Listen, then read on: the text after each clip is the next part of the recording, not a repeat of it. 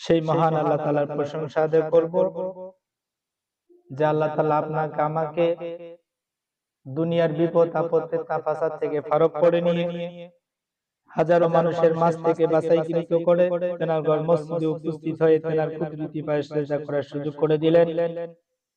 সেই মহান আল্লাহ তাআলার দরবারে আমাদের প্রত্যেকের অন্তরস্থল থেকে আমরা শুকরিয়া জ্ঞাপন করি, সকলেই বলি আলহামদুলিল্লাহ। বিশ্ব নবীর শানে দুরূদ ও সালাম আমরা এখান থেকে মদিনার বুকে পাঠিয়ে দেব। যেই নবীকে সৃষ্টি না করলে আল্লাহ তাআলা কুল কায়নাত কিছু সৃষ্টি করতেন না, যেই নবীজির খাতিরে আমরা আজকাল সবুজ শ্যামল পৃথিবী সৌন্দর্য পৃথিবী পেয়েছি, যেই নবীজির খাতিরে কাল কিয়ামতের দিন কঠিন মুসিবতের সময় কোটি কোটি উম্মত নাজাত পেয়ে জান্নাতে প্রবেশ করব, সেই নবীজির শানে আমরা এখান থেকে মদিনার বুকে দুরূদটুকু ছেড়ে দেই, সকলে বলি সাল্লাল্লাহু আলাইহি সাল্লাম। আলোচনার পূর্ব মুহূর্তে আমি সকলের কাছে জানতে চাচ্ছি আপনারা কেমন আছেন? আলহামদুলিল্লাহ, আমিও ভালো আছি আলহামদুলিল্লাহি রাব্বিল আলামিন। সম্মানিত হাজিরিন, আজকের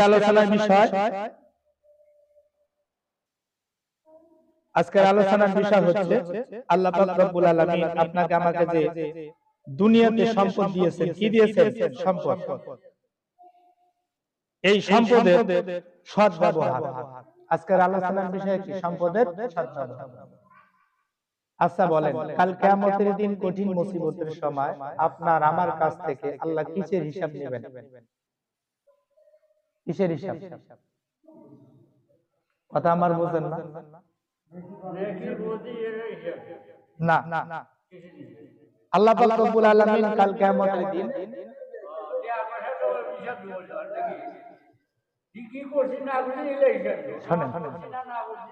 কথাগুলো শোনেন, ইনশাআল্লাহ আমরা বুঝতে পারবো। আল্লাহ পাক রব্বুল আলামিন কাল কিয়ামতের দিন মানুষের কাছ থেকে যে হিসাব নেবেন, তাদের কাছ থেকে বিবেকের হিসাব নেবেন। কিসের হিসাব? একটু জোরে বলেন তো, কিসের হিসাব? বিবেকের হিসাব। এখন বলবেন আল্লাহ পাক রব্বুল আলামিন অসংখ্য প্রাণী এই দুনিয়াতে দিয়েছেন, তাদের জীবন দিয়েছেন, দিছে কি দেয় নাই? যেমন গরু, ছাগল, হাঁস, মুরগি, কবিধর, নানান পশু এগুলো পাঠিয়ে দিয়েছেন কে? আল্লাহ। এলে জীবন দিয়েছেন কে? আল্লাহ। আচ্ছা বলেন, এলে হিসাব না হবে? গরুর হিসাব হবে? আচ্ছা মনে করেন গরু, আপনি ভুট্টা খেতে ভুট্টা লাগাইছেন, আপনার 3-4 লাইন খেয়ে ফেললো। কয় লাইন? 3-4 লাইন খেয়ে ফেলছে। আচ্ছা এই গরু শুধু বিবেক থাকতো, কি থাকতো? তাহলে আপনার কি ভুট্টা 3-4 লাইন খাইতো? কথা বলেন না কেন? খাইতো? খাইতো না। তাহলে আল্লাহ আপনার আমার যে হিসাব নেবেন, কিসের হিসাব নেবেন? বিবেকের হিসাব। জোরে বলেন, কিসের হিসাব? বিবেকের হিসাব। আপনি আমি দুনিয়াতে আছি, দুনিয়াতে চলতেছি, আপনার আমার যে আল্লাহ হিসাব নেবেন, এই হিসাবটা হচ্ছে বিবেক। আপনি আমি তো জানি যে এই কাজটা অন্যায়, কথা বলেন ঠিক কিনা? আচ্ছা গরু কি জানে যে আমি এই মালিকের এত কিনা ভুট্টা খাইলাম, ক্ষতি হয়ে গেল? জানে কি? তাহলে গরুর হিসাব হবে না। তো আল্লাহ পাক রব্বুল আলামিন বলেছেন, বান্দারে তোমাদেরকে আমি আল্লাহ দুনিয়ার ভিতরে পাঠিয়ে দিয়েছি, তোমাদের একটা বিবেক দিয়েছি, কথা বলেন ঠিক কিনা? আমার আল্লাহ বলবেন, এই বিবেক দিয়া দুনিয়ার ভিতরে তুমি কি এমন বিচার করেছো, কি এমন কথাবার্তা বলেছো, কি এমন ভাবে তুমি চলেছো, বান্দারে তুমি আজকে আমাকে হিসাব দাও। তখন যদি আমরা বলি যে আল্লাহ আপনি আমার বিবেক দিয়েছেন, আমি অমুক মানুষটাকে ঠগাইছি, অমুক মানুষটাকে ঠগাইছি, এর যে রাত পড়ছিল এই রাত আমি দেই নাই, আল্লাহ আমি ঠগাইছি, তাইলে বলেন আপনার পায়ে জাহান্নামের বেড়ি আল্লাহ লাগাইবে কি লাগাইবে না? কারণ হিসাবটা আল্লাহ কিসে নেবেন? বিবেক। আপনি জানেন মানুষকে ঠগানো যাবে না, তারপর আপনি ঠগালেন, আপনার বিবেকে বাধা দিল না। বুঝতে হবে আপনি গরু, ছাগল, হাঁস, মুরগি, কুত্তার চাইতে নিকৃষ্ট, কথা বলেন ঠিক কিনা? তাহলে যাদের আল্লাহ বিবেক দিয়েছে, কে দিয়েছে? বিবেক।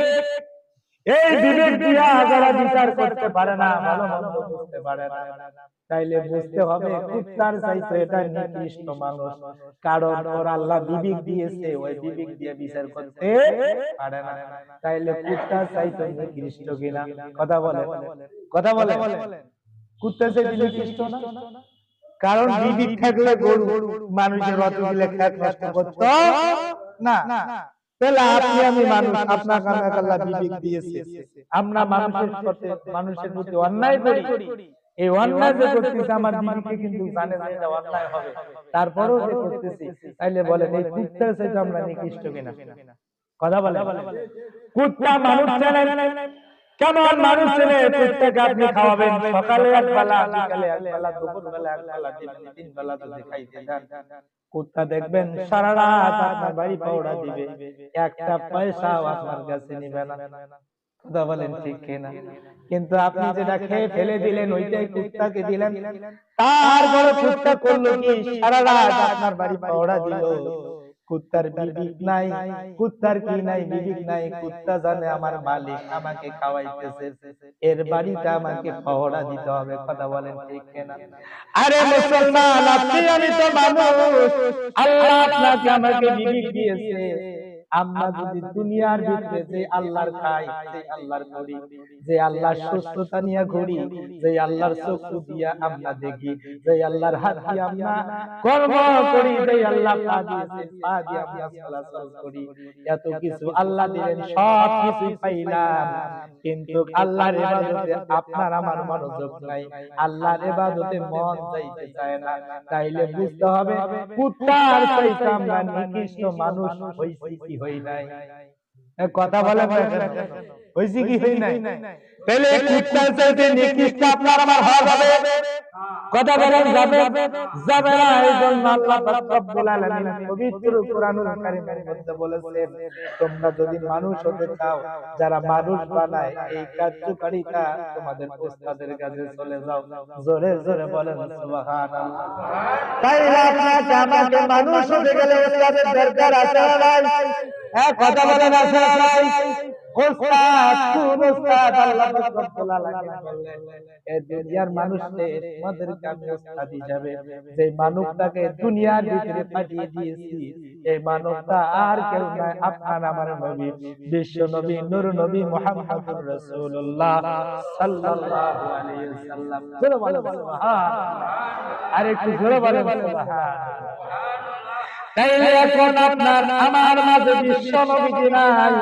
বিশ্ব নবীজি বলে গিয়েছেন, আমি যখন দুনিয়াতে থাকবো না, বলার পূর্ব মুহূর্তে বিশ্ব নবীজি বলেছেন, আমি যখন দুনিয়াতে থাকবো না, আমার এই ইসলাম, আমি যে কথাগুলো বলেছি, আল্লাহ যে বাণী তোমাদের মাঝে পৌঁছাই দিয়েছি, এগুলো শিখার জন্য তোমরা এক একজন করে ওস্তাদ ধরবা।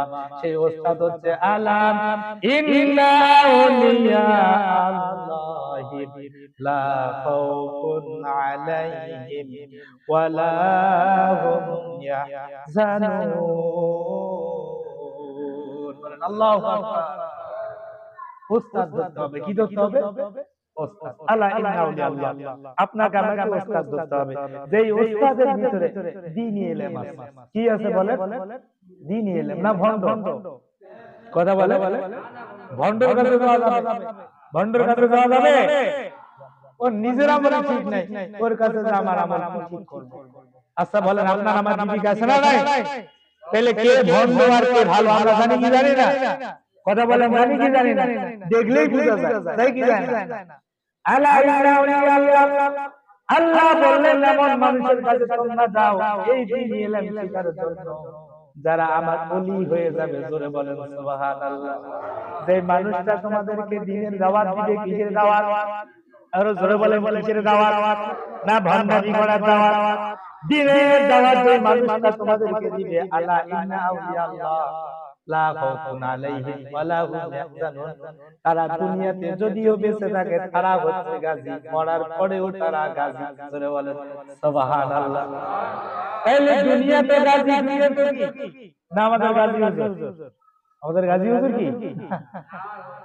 দুনিয়াতে ধরলাম মারার গড়ে ধরলাম এই সমস্ত মানুষের কাছে গিয়া আপনি আমি যদি তিনি ইলম দিতে পারি আর ওই অনুযায়ী যদি আমল করতে পারি, আমার আল্লাহ বলেন বান্দারে তুমি যখন নামাজের ভিতরে দোয়া করো ইহদিনাস সিরাতাল মুস্তাকিম, জোরে বলো সুবহানাল্লাহ।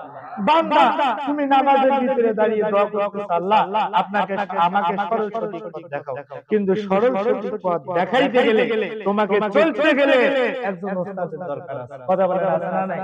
কথা বলেন আছে না নাই? আমরা বলি আছে যেমন শুক্রবার হয়ে যায়, কি হয়ে যায় শুক্রবার? আচ্ছা আমি কি নিজে থেকে এখানে ইমামতি করতে এসেছি, আপনারা রাখেন নাই আমাকে, আমি সবাই ওস্তাদ কিনা, কথা বলে তো একটা বাড়িতে মুসল্লির খবর নাই,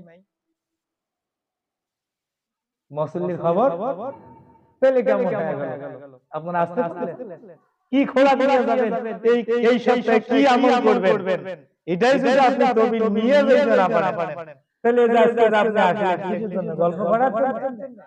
হ্যাঁ, নামাজ পড়ার পরে আপনার সময় থাকে না, কি থাকে না?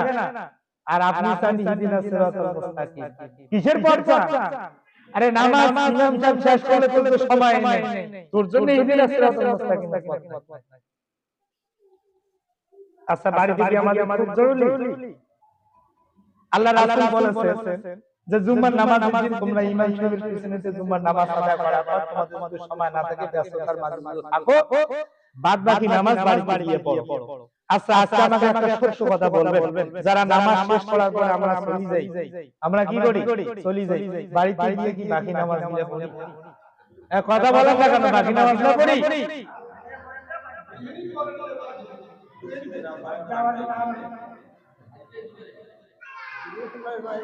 বাড়িতে গিয়ে পড়ি, যদি না পড়ি তাইলে আপনার আমাদের বিবিক দ্বারা বুঝি আমি নামাজ এসেছি, আমার বিবিক বলে যে সব নামাজ পড়তে হবে কিন্তু আমি এটা করলাম না। আচ্ছা বলেন তাইলে গরুতে আমরা নিকৃষ্ট হইলাম কিনা?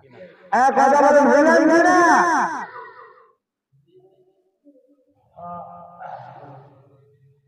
হ্যাঁ